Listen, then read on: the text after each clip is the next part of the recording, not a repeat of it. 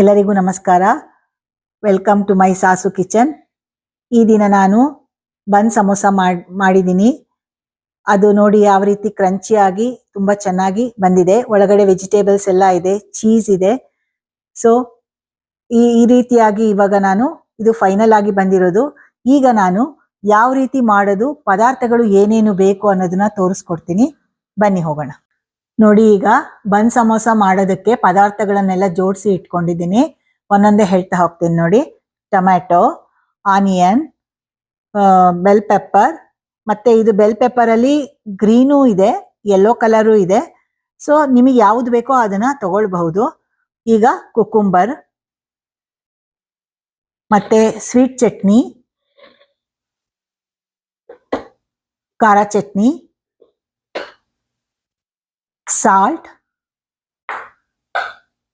ಮತ್ತೆ ಇದು ಬನ್ ಸಮೋಸ ಅದೇ ಬನ್ ಬರುತ್ತೆ, ರೆಡಿ ಸಿಗುತ್ತೆ. ಇದನ್ನ ನೀವು ತಗೊಳ್ಬಹುದು.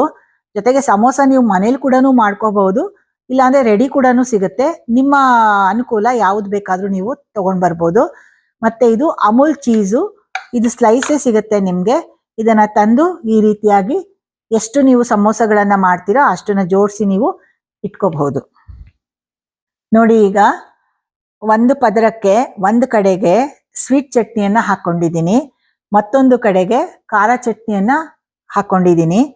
ಮತ್ತೆ ಸಮೋಸ ನೀವು ಹಾಗೆ ದಪ್ಪದ್ದ ಇಟ್ಟರೆ ತಿನ್ಲಿಕ್ಕೆ ಆಗೋದಿಲ್ಲ, ಹಾಗಾಗಿ ಅದನ್ನ ನಾನು ಸ್ವಲ್ಪ ಕ್ರಶ್ ಮಾಡಿ ಇಟ್ಕೊಂಡಿದ್ದೀನಿ. ಈಗ ನಾನು ಇದ್ರ ಮೇಲೆ ಚೀಸನ್ನ ಇಡ್ತೀನಿ.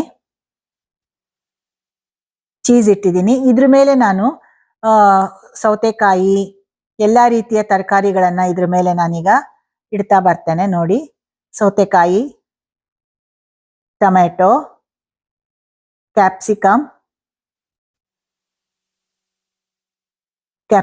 ಅನ್ನ ಇಡ್ತಾ ಇದ್ದೀನಿ. ಈಗ ನಾನು ಆನಿಯನ್ ಅನ್ನ ಇಡ್ತೇನೆ. ಇದ್ರ ಮೇಲೆ ಸ್ವಲ್ಪ ನಾನು ಸಾಲ್ಟ್ ಅನ್ನ ಈಗ ಉದುರಿಸ್ತೀನಿ.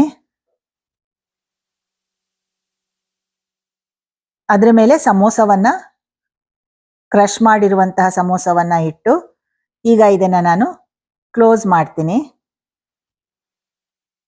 ನೋಡಿ, ಇವಾಗ ಬನ್ ಸಮೋಸ ಮುಕ್ಕಾಲು ಭಾಗ ರೆಡಿ ಆಗಿದೆ. ಈಗ ಇದನ್ನ ನಾನು ತವಾ ಮೇಲೆ ಇಟ್ಟು, ಬೆಣ್ಣೆ ಹಾಕಿ ತವಾ ಮೇಲೆ ಇಟ್ಟು ಸ್ವಲ್ಪ ರೋಸ್ಟ್ ಮಾಡ್ಕೊಂಡು ಬರ್ತೀನಿ. ನೋಡಿ, ಈಗ ನಾನು ತವಾ ಕಾದಿದ್ಯಾ ಅಂತ ನೋಡಿದೆ. ತವಾ ಚೆನ್ನಾಗಿ ಕಾದಿದೆ.